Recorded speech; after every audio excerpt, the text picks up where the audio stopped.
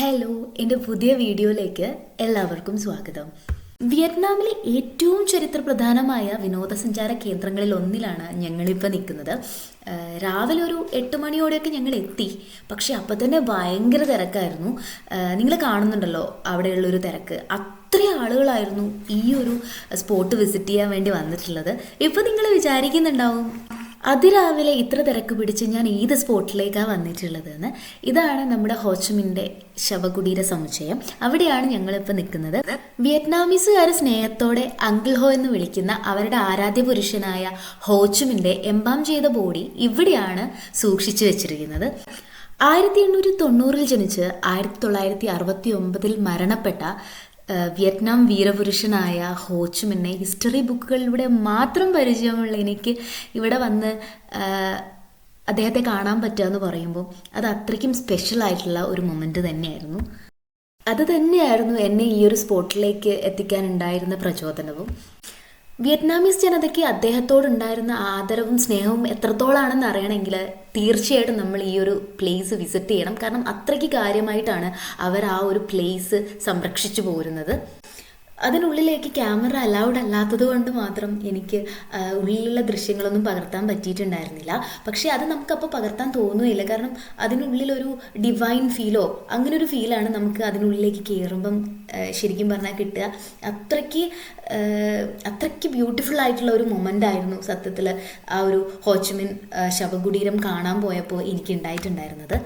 ഇത് കൂടാതെ തന്നെ നമ്മുടെ പ്രസിഡൻഷ്യൽ പാലസും അതേപോലെ തന്നെ 1 പില്ലർ പഗോഡ, ഹോച്ചിമിൻ മ്യൂസിയം, പിന്നെ ഹോച്ചിമിൻ ഉപയോഗിച്ചിട്ടുണ്ടായിരുന്ന പല പല കാര്യങ്ങൾ, അങ്ങനെ ഒരുപാട് കാര്യങ്ങൾ ഈ ഒരു കോംപ്ലക്സിനുള്ളിൽ ഉണ്ടായിരുന്നു.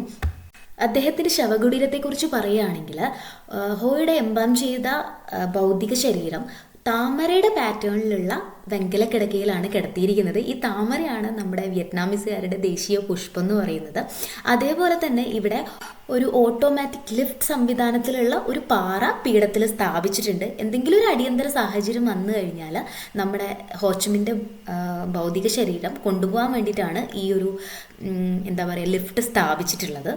അതുപോലെ തന്നെ ഈ ഒരു ഭൗതിക ശരീരത്തിന് ഒരു കേടുപാടും വരാതിരിക്കാൻ വേണ്ടിയിട്ട് അത്രയ്ക്ക് തണുപ്പുള്ള ഒരു അന്തരീക്ഷമാണ് അവരവിടെ സൃഷ്ടിച്ചു വെച്ചിട്ടുള്ളത്. അതേപോലെ തന്നെ അദ്ദേഹത്തിന് കാവലായിട്ട് ഒരുപാട് പട്ടാളക്കാരും അദ്ദേഹത്തിന് ചുറ്റും അവിടെ നിൽക്കുന്നുണ്ട്. മൊത്തത്തിൽ പറയുകയാണെങ്കിൽ നിരവധി മാർബിൾ തൂണുകളാൽ ചുറ്റപ്പെട്ട ഈ ഒരു ശവകുടീരം നമ്മുടെ ഈ ഒരു പ്രസിഡന്റ് ഹോച്ചിമിൻ്റെ ജനിച്ചു വളർന്ന ഗ്രാമപ്രദേശങ്ങളിലുള്ള പരമ്പരാഗത വീടുകളുടെ മാതൃകയിലാണ് ഇവർ ഉണ്ടാക്കിയിട്ടുള്ളത്. ഹോച്ചിമിൻ്റെ ശവകുടീരം കണ്ടതിന് ശേഷം ഞങ്ങൾ പിന്നെ പോയിട്ടുണ്ടായിരുന്നത് ഈ ഒരു കോംപ്ലക്സിനുള്ളിൽ വേറെയും കുറേ കാര്യങ്ങളുണ്ടായിരുന്നു. 1 പില്ലർ പഗോഡ, അതേപോലെ തന്നെ പ്രസിഡൻഷ്യൽ ഹൗസ്, അതുപോലെ തന്നെ നമ്മുടെ ഹോച്ചിമിൻ മ്യൂസിയം, ഹൗസ് നമ്പർ 54, അങ്ങനെ ഇഷ്ടം പോലെ ബിൽഡിങ്സുകൾ ഇതിനുള്ളിൽ ഇനിയും ഉണ്ടായിരുന്നു. അപ്പോൾ അതൊക്കെ കാണാൻ വേണ്ടിയിട്ട് ഞങ്ങൾ അതിനുള്ളിലേക്ക് കയറി. അവിടെ കുറേ നമ്മുടെ വിയറ്റ്നാമീസ് ഹിസ്റ്റോറിക്കലായിട്ടുള്ള കുറേ കാര്യങ്ങൾ അതിനുള്ളിൽ ഉണ്ടായിരുന്നു. ഈ ഒരു ഹോച്ചിമിൻ മറ്റു രാജ്യങ്ങളുമായിട്ടുള്ള ആ ഒരു ഇൻ്റർനാഷണൽ റിലേഷൻസ് സൂചിപ്പിക്കുന്ന കുറേ പിക്ചേഴ്സ് ഉണ്ടായിരുന്നു. അതൊക്കെ വായിച്ച് അതൊക്കെ കണ്ട് അറിഞ്ഞ് ഞങ്ങൾ അതിലൂടെ നടന്നു. പോരാതെ കുറേ ഹോച്ചിമിൻ ഉപയോഗിച്ചിട്ടുള്ള കുറേ വസ്തുക്കളും അതിനുള്ളിൽ ഉണ്ടായിരുന്നു. അതൊക്കെ അവർ വളരെ നീറ്റായി വളരെ ഭംഗിയിൽ പ്രിസർവ് ചെയ്ത് വെച്ചിട്ടുണ്ടായിരുന്നു. അവിടുത്തെ കാഴ്ചകൾ കണ്ട് ഞങ്ങൾ നേരെ പോയത് മ്യൂസിയത്തിലേക്കായിരുന്നു. മ്യൂസിയത്തിലുള്ള കാഴ്ചകളും കുറച്ച് കണ്ടതിന് ശേഷം ഞങ്ങൾ തിരിച്ച് നേരെ വീട്ടിലേക്ക് പോകും.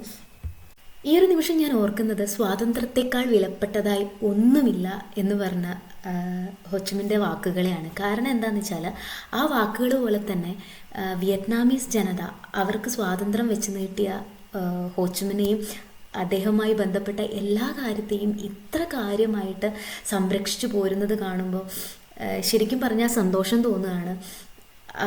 ആ ജനതയ്ക്ക് അദ്ദേഹത്തോടുള്ള വിശ്വാസവും അദ്ദേഹത്തോടുള്ള സ്നേഹവുമാണ് ഇത് സൂചിപ്പിക്കുന്നത്. അപ്പോൾ വിയറ്റ്നാമിൽ വരാനുള്ള ഒരു അവസരം നിങ്ങൾക്ക് കിട്ടുകയാണെങ്കിൽ തീർച്ചയായിട്ടും ഹനോയിലെ ഈ ഒരു പ്ലേസ് മസ്റ്റായിട്ട് വാച്ച് ചെയ്യുക.